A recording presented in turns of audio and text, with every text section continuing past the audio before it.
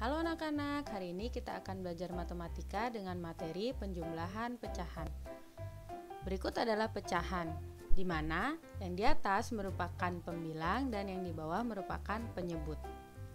Dalam penjumlahan pecahan, yang pertama, apabila penyebutnya sama, pembilang langsung ditambahkan. Yang kedua, apabila penyebutnya berbeda, penyebut harus disamakan terlebih dahulu. Nah, untuk menyamakan penyebut itu ada dua metode yang bisa digunakan. Metode yang pertama merupakan perkalian menyilang.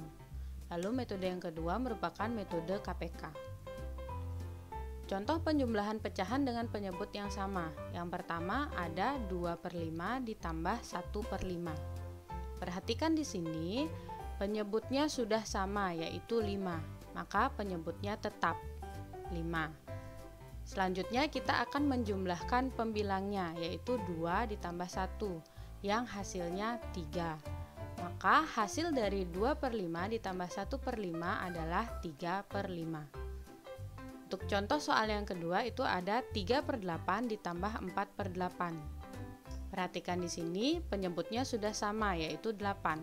Maka tetap kita tulis 8. Selanjutnya kita akan menjumlahkan pembilangnya yaitu 3 ditambah 4 yang hasilnya 7. Maka hasil dari 3/8 ditambah 4/8 adalah 7/8. Selanjutnya contoh penjumlahan pecahan dengan penyebut berbeda. Perhatikan di sini ada soal 2/3 ditambah 3/7. Nah, pertama kita akan gunakan metode perkalian menyilang terlebih dahulu. Nah, yang pertama anak-anak lakukan itu bisa mengalihkan penyebutnya terlebih dahulu, yaitu 3 dikali 7. Selanjutnya kita akan mengalihkan silang pembilangnya. Kita kalikan terlebih dahulu pembilang di ruas kiri, yaitu 2 dikali 7.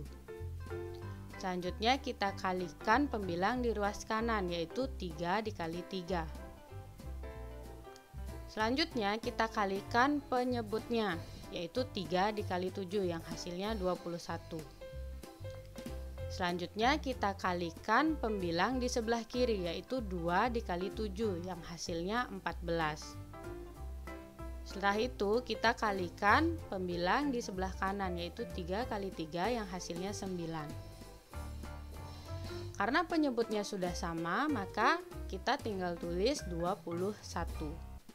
Setelah itu tinggal kita jumlahkan pembilangnya yaitu 14 ditambah 9. Maka hasil yang kita dapatkan adalah 23/21. Jadi jawaban dari 2/3 ditambah 3/7 adalah 23/21. Contoh soal yang kedua itu ada 1/4 ditambah 3/6. Nah, di contoh soal yang kedua kita akan gunakan metode KPK.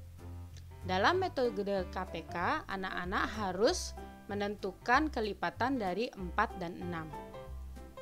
Pertama, kita akan tentukan terlebih dahulu kelipatan 4, yaitu ada 4, 8, 12, 16, 20, dan seterusnya.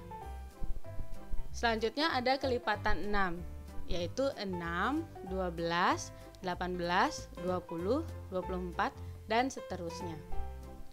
Nah, untuk menentukan KPK dari kedua kelipatan tersebut, kita tentukan dari angka terkecil yang sama, yaitu 12. Maka KPK dari 4 dan 6 adalah 12. Nah, selanjutnya kita tentukan penyebut 4 itu untuk menjadi 12 harus dikalikan 3. Sedangkan penyebut 6 untuk menjadi 12 harus dikalikan 2. Selanjutnya untuk pembilang 1, karena penyebut 4 kita kalikan 3, maka pembilangnya kita kalikan 3 juga. Jadi 1 kali 3. Selanjutnya untuk pembilang 3, karena penyebutnya 6 dan dikalikan 2, maka 3 akan dikalikan 2. Selanjutnya tinggal dikalikan penyebutnya terlebih dahulu, yaitu ada 4 dikali 3 dan 6 dikali 2 yang hasilnya sama-sama 12. Selanjutnya kalikan pembilangnya, yaitu 1 dikali 3 yang hasilnya 3 dan 3 dikali 2 yang hasilnya 6. Maka hasilnya penyebut sudah sama, kita tuliskan 12. Lalu tinggal kita jumlahkan pembilangnya, yaitu 3 ditambah 6 yang hasilnya 9. Nah, hasil ini masih bisa kita sederhanakan dengan menentukan FPB-nya. Untuk menentukan hasil yang lebih sederhana, kita bisa bagi dengan 3. Nah, jika pembilang dibagi 3, maka penyebut juga dibagi 3. Maka hasil akhirnya kita akan dapat 3/4. Nah, itulah dua metode yang bisa kita gunakan dalam penjumlahan pecahan dengan penyebut berbeda. Nah, anak-anak ingat, kedua metode ini bisa digunakan di semua soal penjumlahan pecahan dengan penyebut yang berbeda.